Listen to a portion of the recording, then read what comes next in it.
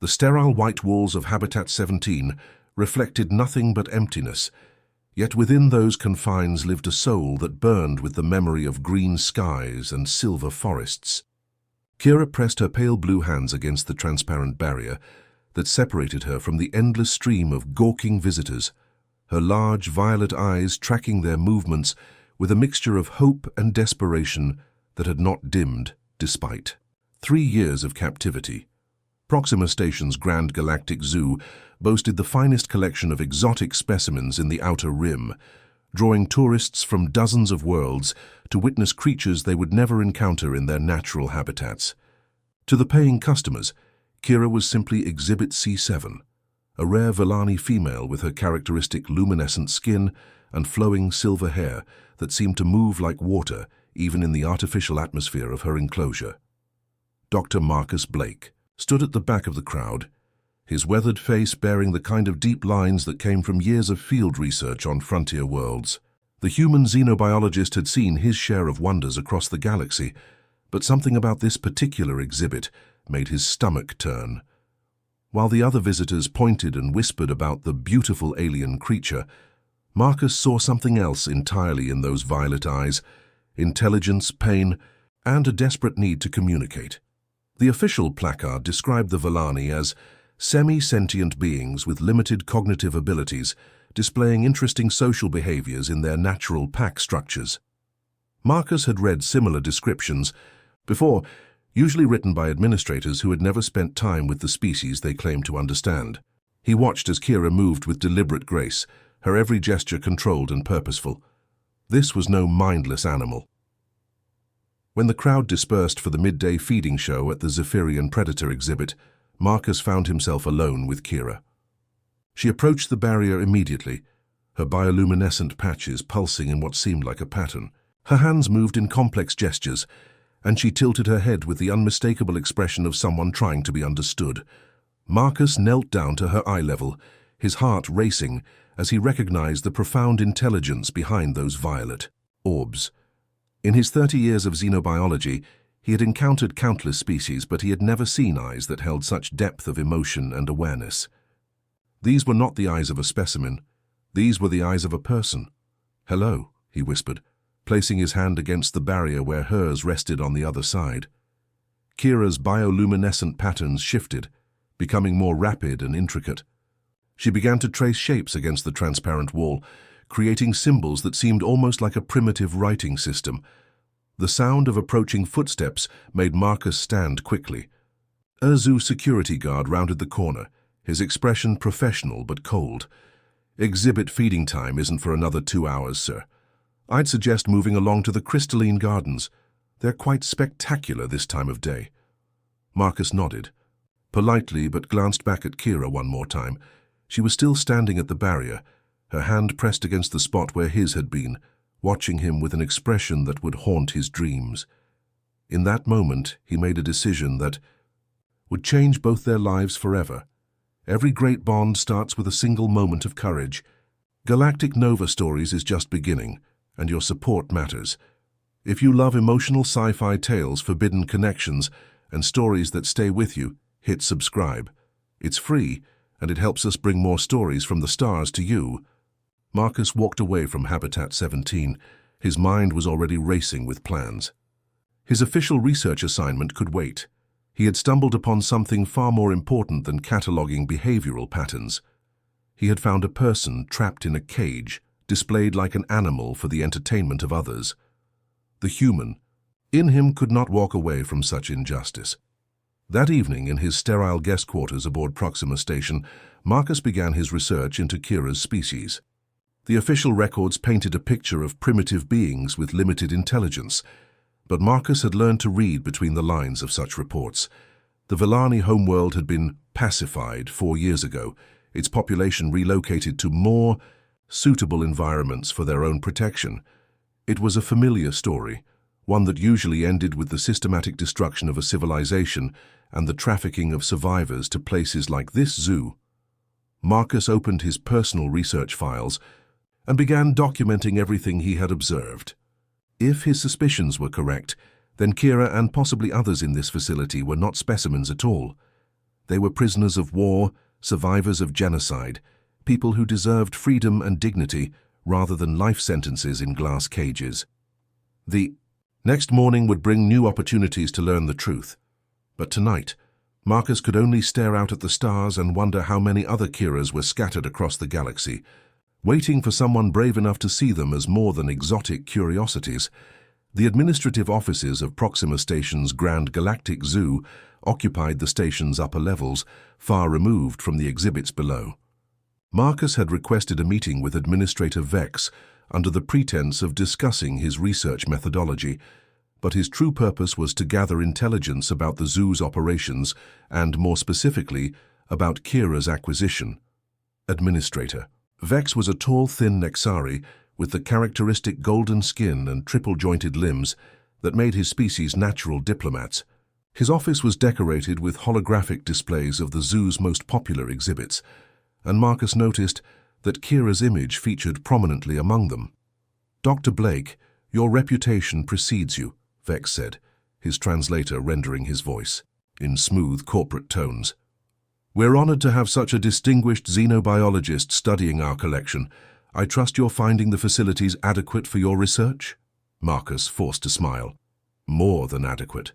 I'm particularly interested in the behavioral patterns of your Vellani specimen. The documentation suggests she was acquired recently?" Vex's expression remained neutral, but Marcus caught a flicker of something. Pride, perhaps, or satisfaction. "Ah yes, one of our crown jewels. We acquired her through a reputable dealer who specializes in rare specimens from the Outer Rim territories. Quite expensive, but her unique characteristics make her worth every credit. The behavioral documentation mentions semi-sentient classification," Marcus continued carefully. "Has there been any evidence of higher cognitive functions? Tool use, complex communication patterns, problem-solving abilities?" "Nothing beyond what you'd expect from an intelligent animal," Vex replied dismissively. "The Vellani are known for their elaborate social displays, but it's all instinctual behavior. Quite fascinating to observe, which is why she's become so popular with our visitors." Marcus nodded, filing away every word. The way Vex spoke about Kira as property, as entertainment, made his blood boil, but he maintained his professional demeanor. "I'd like to request extended observation time with the specimen. My research focuses on long-term behavioral adaptation in captive environments." "Of course, Dr. Blake. I'll have our head keeper, Supervisor Dex, arrange private viewing sessions for you. We're always happy to support legitimate scientific research." After leaving Vex's office, Marcus made his way to the station's public archives. Using his academic credentials, he accessed historical data about the Vellani homeworld and its recent pacification. What he found made his hands shake with rage. The planet Vellanos had been home to 12 million sentient beings, living in a sophisticated society that had developed sustainable technology and complex artistic traditions. Their crime had been their refusal to join the Galactic Trade Consortium, choosing instead to maintain their independence and traditional ways of life. The consortium had labeled them primitive and resistant to civilization, justifying a military intervention that had resulted in the planet's depopulation. Official records claimed that the remaining Vellani had been relocated to appropriate habitats where they could thrive in environments suited to their developmental level. Marcus now understood what those euphemisms meant: zoos, private collections, and entertainment facilities across the galaxy. He spent the next several hours cross-referencing shipping manifests and acquisition records. The pattern was clear. Hundreds of Vellani survivors had been sold as exotic specimens to facilities throughout civilized space. Kira was not alone in her suffering, but she was here, within his reach, and he could not save them all. But perhaps he could start with one. That afternoon, Marcus returned to Habitat 17 with a small recording device hidden in his jacket. Kira was waiting at the barrier, as if she had somehow known he would return.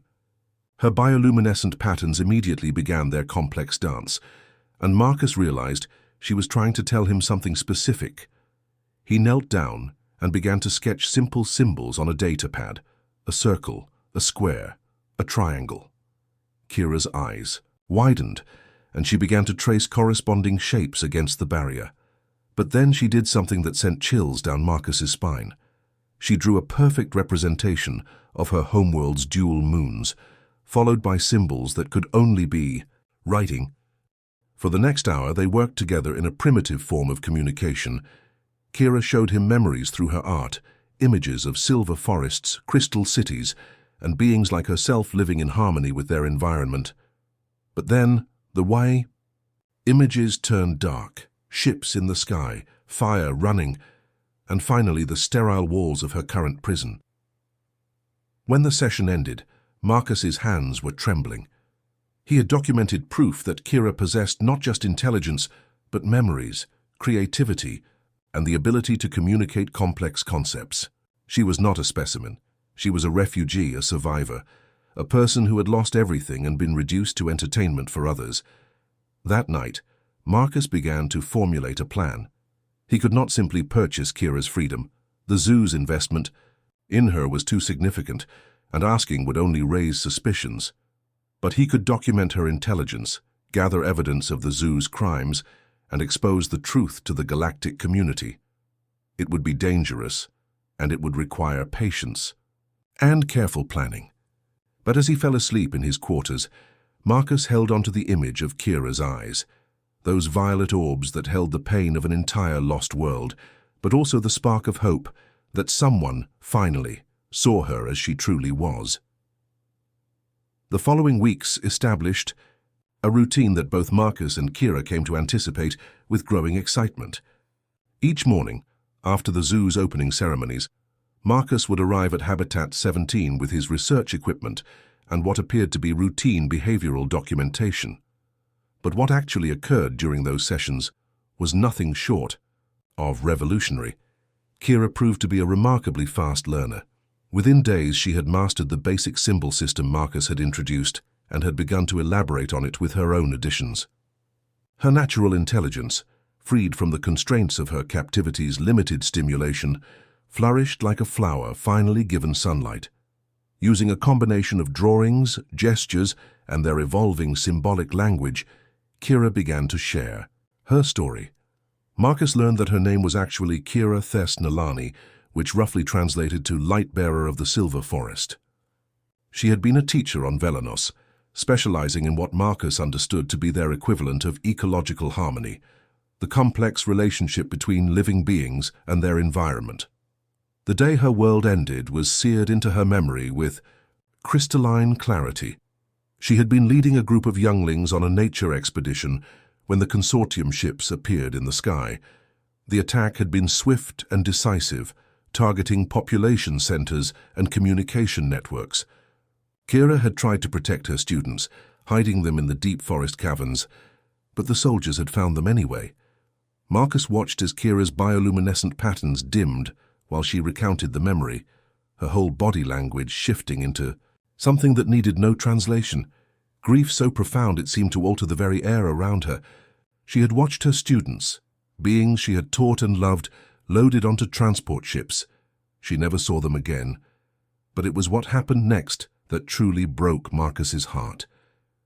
Kira had been selected for special processing because of her educational background and the consortium's belief that teachers would be most adaptable to rehabilitation. Instead of being shipped to a labor colony like many of her people, she had been sold to a specimen dealer who specialized in intelligent exotics.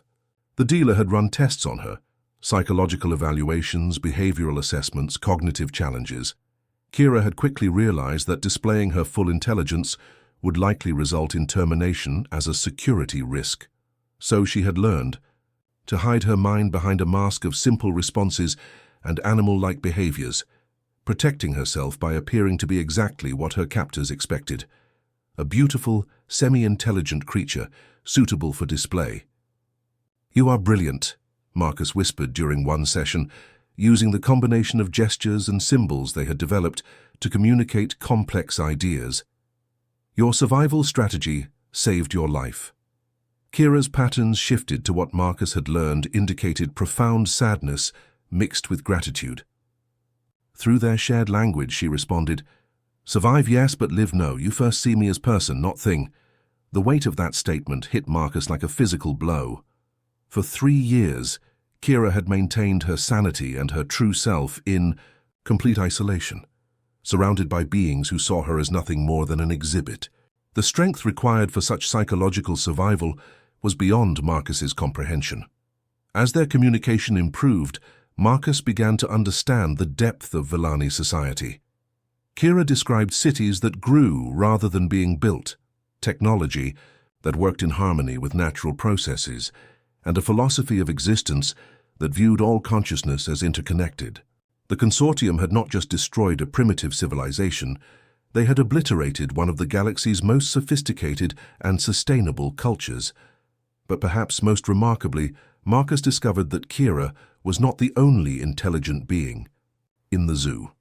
Through careful observation and whispered communications with other exhibits, she had identified at least 6 other sentient species being displayed as animals. A young Ferran engineer in the Primitive Tool Users exhibit, a pair of cosmic dancers whose species had developed mathematical concepts that predated galactic civilization by millennia. Even an elderly Sage clan member whose people were renowned throughout the galaxy for their philosophical wisdom, now labeled as a decorative meditation specimen. "We must help them too," Kira communicated during one particularly intense session. "If freedom possible for one, must be possible for all."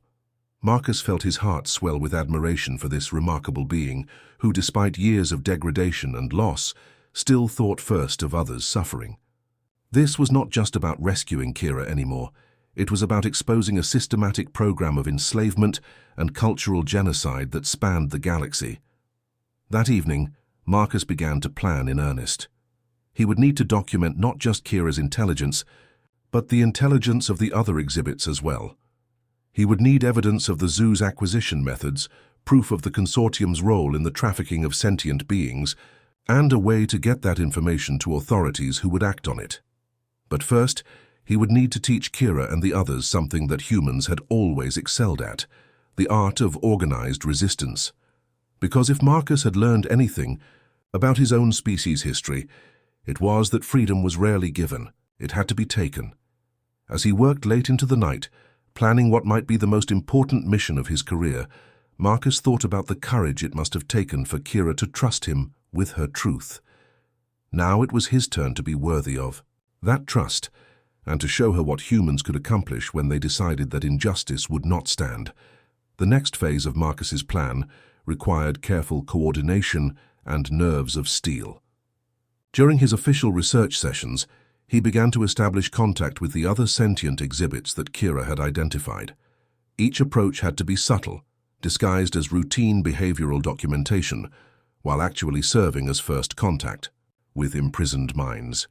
The Theran engineer displayed in the Primitive Tool Users habitat was named Torv.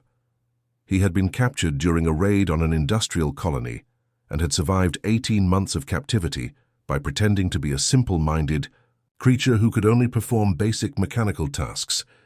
When Marcus began showing him complex mathematical equations disguised as cognitive stimulation tests, Torv's eyes lit up with the same desperate hope Marcus had first seen in Kira's. The Cosmic Dancers, an elderly mated pair called Rhythm and Harmony, had been even more challenging to contact. Their species communicated primarily through movement and sound frequencies that the zoo's translation systems couldn't interpret. Marcus had to learn their basic gestural language, pretending to study their mating rituals, while actually engaging in philosophical discussions about the nature of existence and consciousness. Most heartbreaking was his encounter with the Sage clan, Elder, displayed in the Meditation Specimens exhibit. The being, who had once been known as Teacher of Deep Thoughts, had spent 2 years in enforced silence, maintaining the pretense of being a decorative statue that occasionally moved. When Marcus whispered the traditional Sage clan greeting he had learned from old xenological texts, the Elder's eyes filled with tears, the first emotion he had allowed himself to display since his capture. Each secret contact was a risk, but Marcus was driven by the growing network of intelligence and determination he found among the exhibits. These beings had not been broken by their captivity. They had been strategically waiting for an opportunity. His arrival was not just their chance for freedom. It was the catalyst they had been hoping for. Administrator Vex, however, was beginning to notice Marcus's extended research sessions and his unusual interest in exhibits outside his stated area of study. During their second scheduled meeting, the administrator's questions became more pointed. "Dr. Blake, your research methodology is quite thorough," Vex said, his golden features maintaining diplomatic neutrality while his eyes remained cold. "I've noticed you've expanded your observations beyond the Villani specimen. Might I ask how this relates to your published research focus?" Marcus had prepared for this question. "Comparative behavioral analysis," he replied smoothly. "Understanding how different species adapt to captive environments provides crucial context for evaluating the Villani's responses. I'm particularly interested in cross-species communication attempts and social hierarchy formation among diverse captive populations." Vex nodded slowly, but Marcus caught the slight tightening around his eyes. "I see. And have you observed any unusual interactions between specimens? Some of our security staff have reported what appeared to be coordinated behaviors during feeding times." The question confirmed Marcus's worst fears. They were being watched more closely than he had realized. "Nothing beyond typical behavioral mirroring," he lied. "Many species naturally synchronize activities when housed in proximity. It's a well-documented phenomenon in captive environment studies." After leaving the meeting, Marcus knew their time was running out.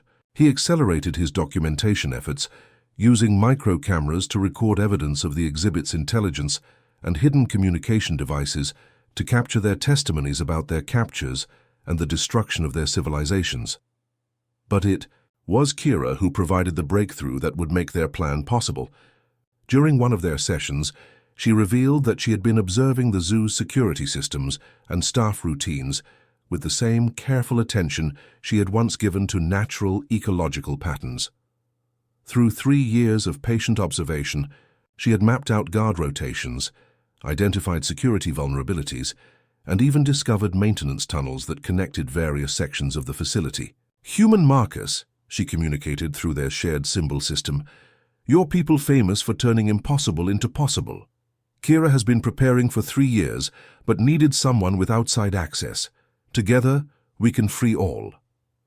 Marcus felt a surge of admiration for this remarkable being who had never stopped planning her own liberation. "What do you need?" he asked. Kira's response was a detailed plan that demonstrated strategic thinking worthy of any military academy. She had identified the optimal time for an escape attempt during the weekly system maintenance cycle when security protocols shifted to automated systems. She had mapped out evacuation routes for each exhibit and even identified which zoo staff members showed signs of moral conflict about their work and might be sympathetic to their cause. But the plan's success hinged on one crucial element: getting word to the outside galaxy about what was really happening at Proxima Station's Grand Galactic Zoo. Marcus would need to transmit their evidence to news networks, government officials, and human rights organizations before the escape attempt, ensuring that even if they failed, the truth would survive.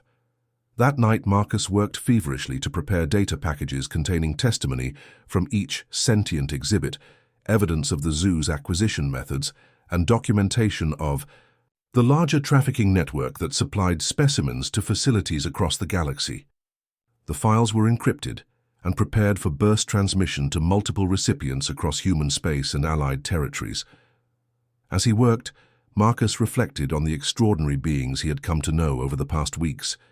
Each of them had survived unspeakable losses and maintained their dignity and hope in the face of systematic dehumanization. They represented the best of their species, and they deserved freedom not just as individuals, but as symbols of their people's right to exist. The human in Marcus recognized something familiar in their situation, the same spirit that had driven his own species to fight against oppression throughout their history.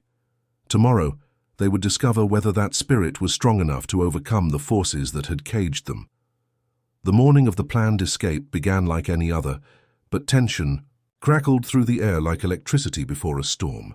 Marcus arrived at the zoo with his usual research equipment, but hidden within his standard gear were the tools that would either liberate 8 sentient beings or get them all killed in the attempt. The plan required precise timing. Marcus had spent 3 days discreetly distributing small communication devices to each of the conspirators, disguised as routine equipment checks and behavioral stimulation tools. The devices were simple but effective, modified emergency beacons that could coordinate timing and provide basic status updates between the exhibits. Kira had become the unofficial leader of their group, her natural intelligence and 3 years of observation making her the ideal coordinator. Through their network, she had established a timeline that would maximize their chances, while minimizing the risk to zoo visitors and staff members. The first phase began at 1300 hours during the daily system maintenance cycle. Marcus positioned himself in the central observation area, where he could monitor multiple exhibits simultaneously while maintaining his cover as a researcher. His job was to provide outside surveillance and communication relay between the various groups. Kira initiated the sequence by triggering a false malfunction in her habitat's environmental controls. The system registered the error and automatically switched to backup protocols, creating a window of confusion in the security monitoring. Within minutes, similar malfunctions began cascading through the other exhibits housing their conspirators. Torv, the Theron engineer, used his mechanical expertise to disable the locking mechanisms on his habitat's maintenance panel. His species' natural dexterity, combined with his engineering background, made him the ideal choice for technical sabotage. Within moments, he had created access points for the others to exploit. The cosmic dancers, rhythm and harmony, used their mastery of sound frequencies to interfere with the zoo's audio monitoring systems. Their species' ability to produce and manipulate complex harmonics created a form of sonic camouflage that masked the sounds of the escape in progress. But it was Teacher of Deep Thoughts, the Sage Clan elder, who provided the most crucial element.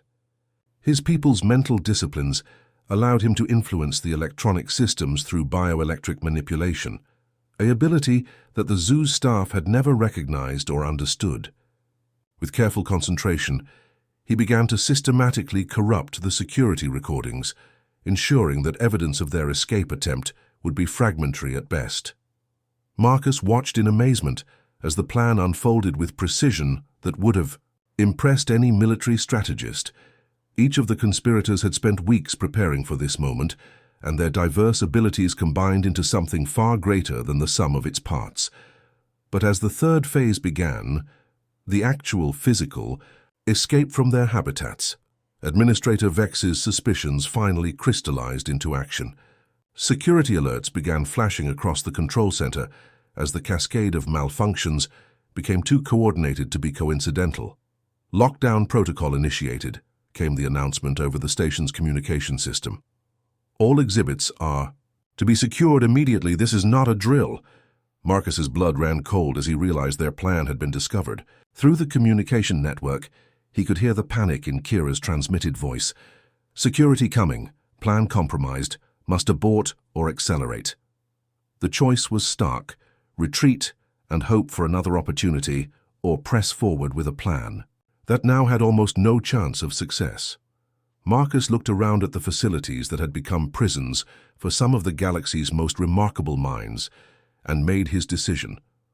Accelerate, he transmitted back. All units, emergency protocols. Now, what followed was chaos. Kira and 2 others managed to escape their habitats before the lockdown completed, but the remaining conspirators found themselves trapped with security forces closing in. Marcus tried to reach the control center to manually override the security systems, but zoo security had finally identified him as the source of the disturbance. Dr. Marcus Blake, Administrator Vex's voice echoed through the corridor as security officers surrounded him. You are under arrest for sabotage, theft of proprietary specimens, and violation of your research agreement. Your academic credentials are hereby revoked, and you will be transferred to station security for processing. As restraints were placed on his wrists, Marcus caught a glimpse of Kira through a viewing port.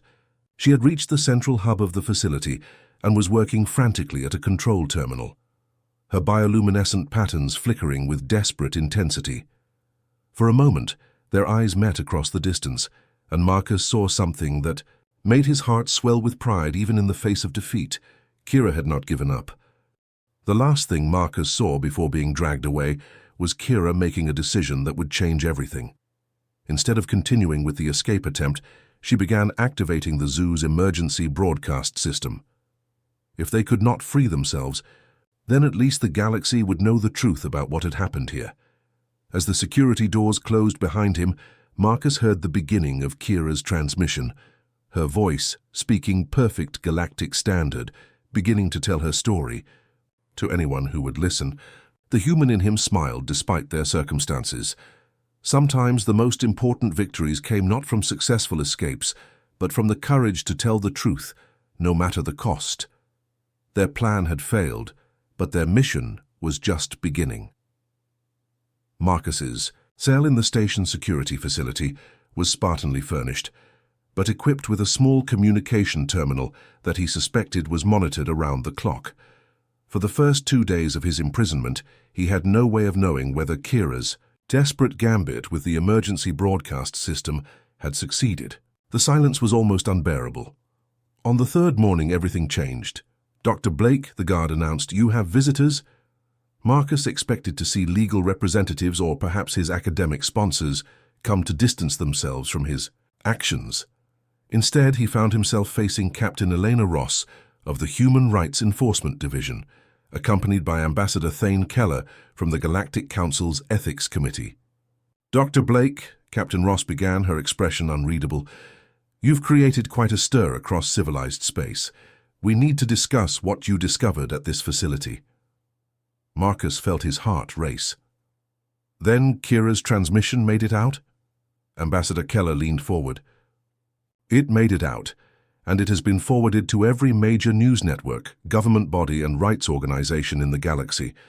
The response has been significant." What Marcus learned over the next hour exceeded his wildest hopes. Kira's testimony, delivered in perfect galactic standard and supported by the evidence Marcus had transmitted, had sparked outrage across dozens of worlds.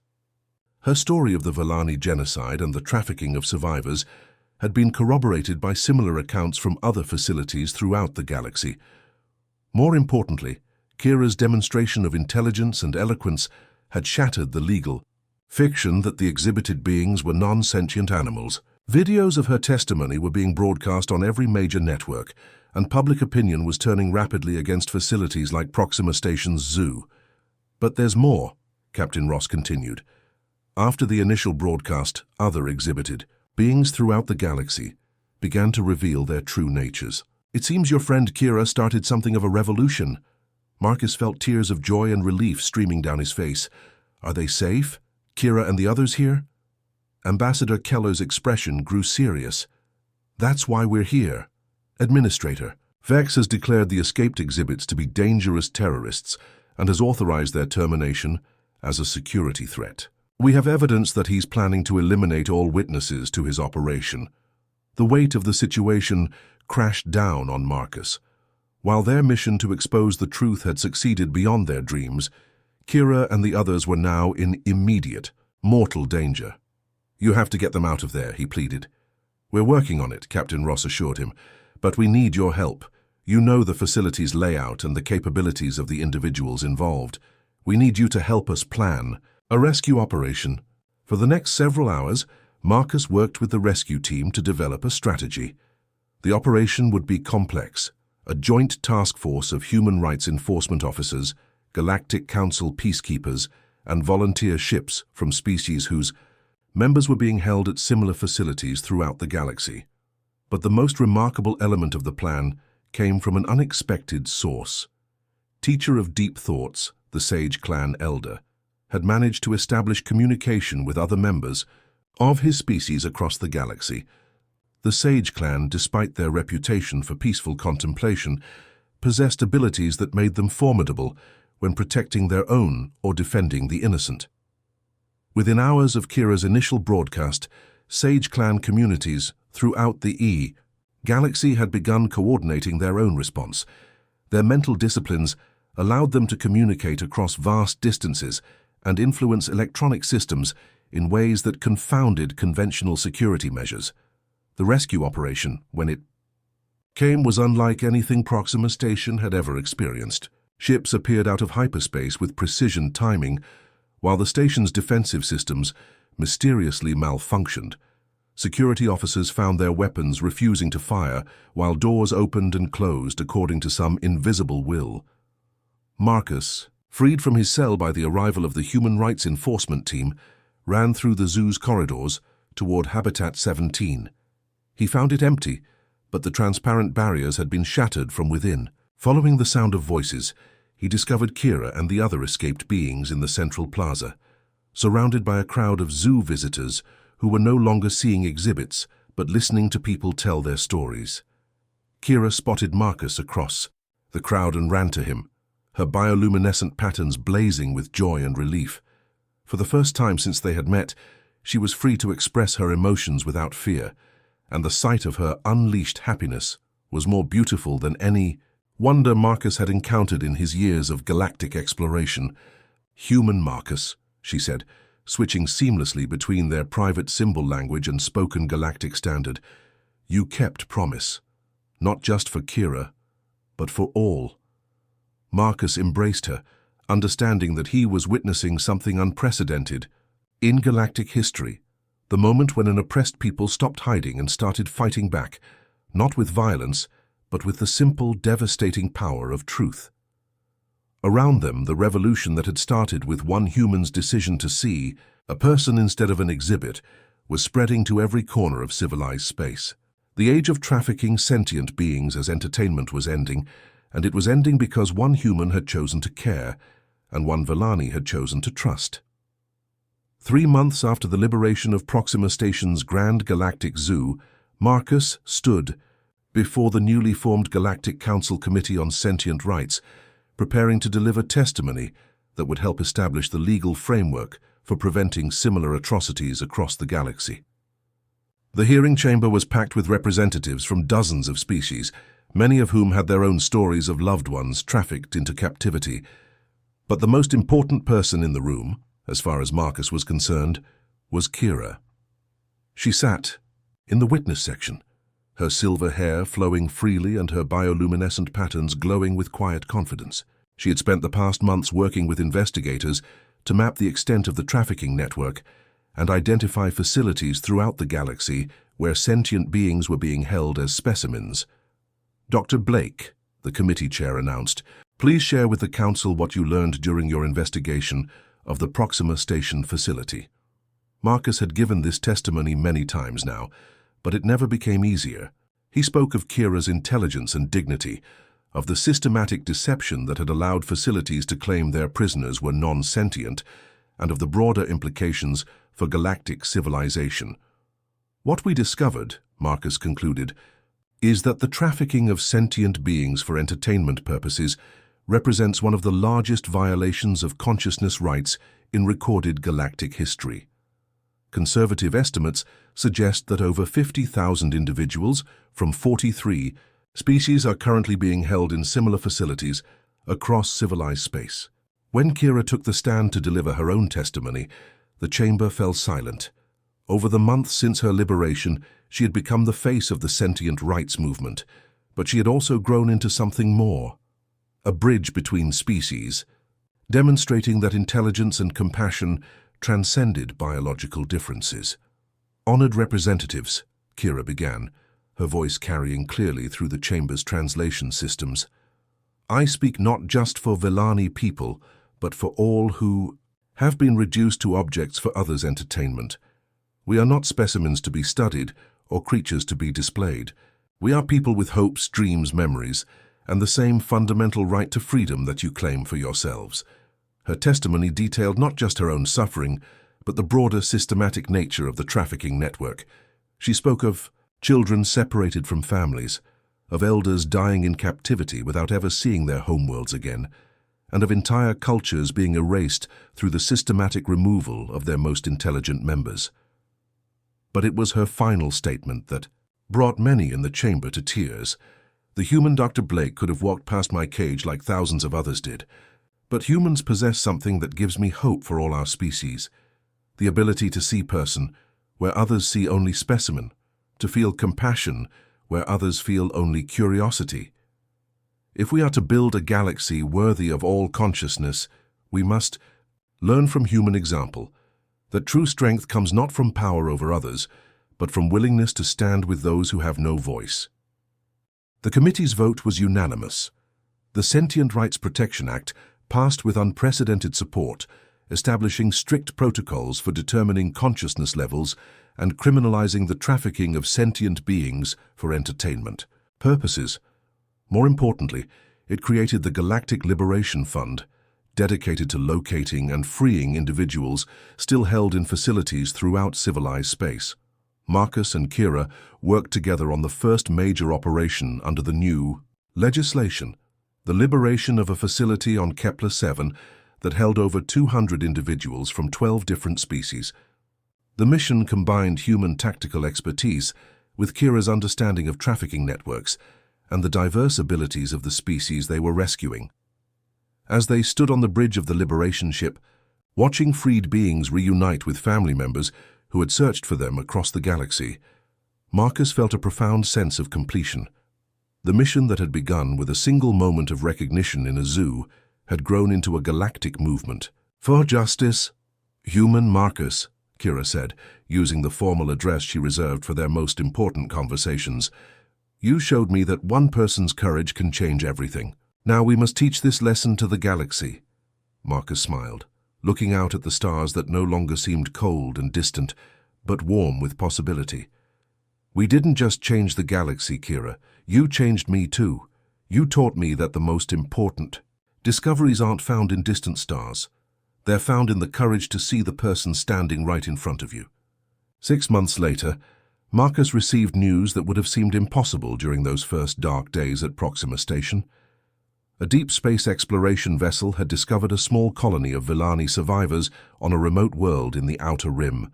They were the descendants of refugees who had escaped the destruction of Velanos, and they had been living in hiding for 4 years, believing they were the last of their kind. Kira's reaction to the news was everything Marcus had hoped for and more. Her bioluminescent patterns exploded in joy so brilliant that it temporarily overwhelmed the ship's light sensors, and for the first time since he had known her, she allowed herself to believe that her people had a future. The reunion, when it came, was broadcast across the galaxy as a symbol of hope and resilience. Kira stood in a field of silver grass under the light of twin moons, surrounded by nearly 300 survivors of her species, including 12 of the students she had been teaching when their world was destroyed. As Marcus watched from the sidelines, he realized that this moment represented something fundamental about the human spirit and its place in the galaxy. Humans were not special because they were stronger or smarter than other species. They were special because they possessed an almost irrational willingness to care about others, even when those others were different, distant, or difficult to understand. The final phase of their mission took them back to where it had all started, Proxima Station, now converted into a memorial and educational center. The former zoo had been transformed into the Galactic Center for Consciousness Studies, where researchers from across the galaxy worked to understand and protect the rights of all sentient beings. Kira had been offered the position of director, and she had accepted with the understanding that the center would serve not just as a research facility, but as a symbol of what could be accomplished when people chose to see each other as individuals worthy of respect and dignity. On the day of the center's dedication, Marcus and Kira stood in what had once been Habitat 17, now converted into a garden where representatives from 43 species had planted samples from their homeworlds. The transparent barriers were gone, replaced by open pathways that invited exploration and connection. "Do you ever regret it?" Kira asked, her voice carrying the weight of all they had experienced together. "Your old life was simpler, safer. You could have continued your research without becoming involved in all of this." Marcus considered the question seriously. His academic career had been derailed, his research had been interrupted, and he had faced dangers he never could have imagined when he first arrived at Proxima Station. But as he looked at Kira, healthy, happy, and surrounded by the family and community she had thought lost forever. He knew his answer. "Never," he said simply. "Science is about discovery, and the most important thing I ever discovered was that the universe is full of people worth saving. That's a lesson worth any sacrifice."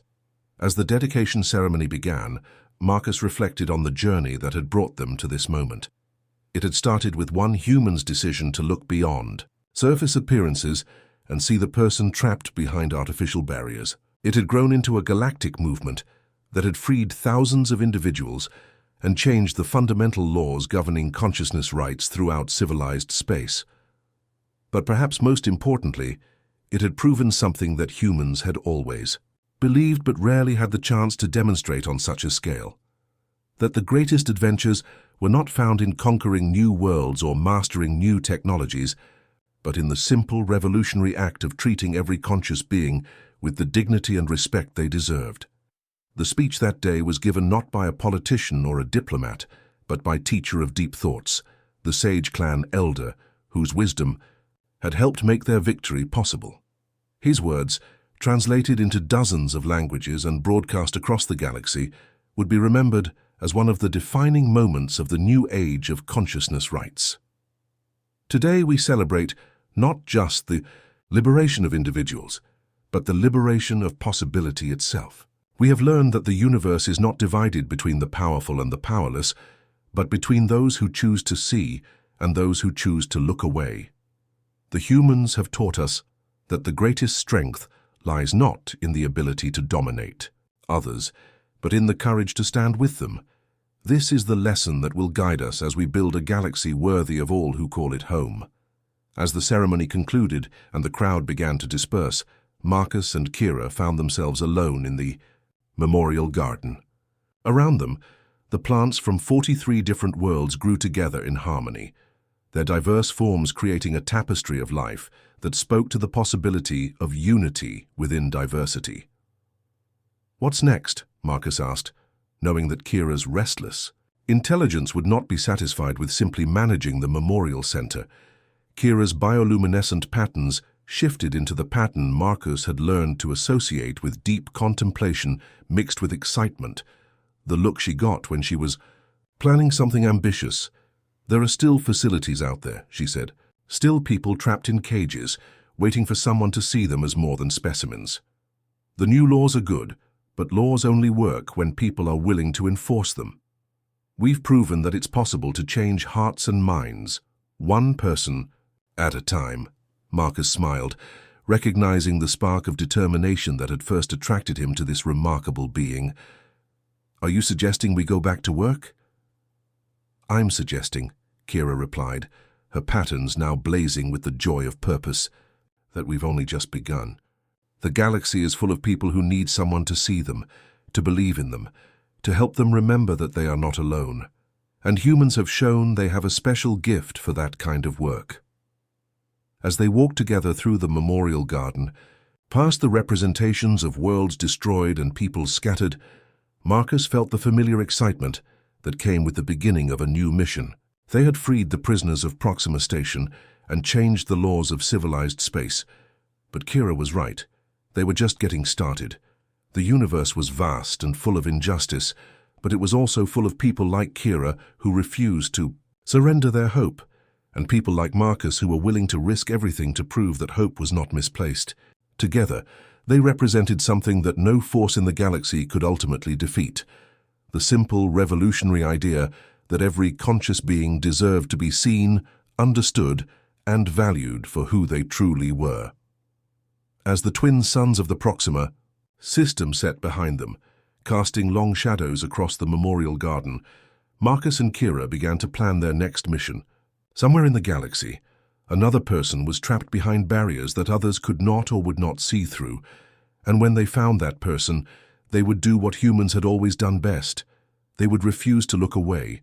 They would refuse to give up, and they would prove once again that the greatest adventures began not with the conquest of worlds, but with the courage to care about a single individual who needed someone to believe in their worth.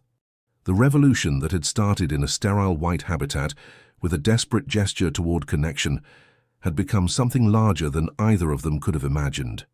But, at its heart, it remained exactly what it had always been.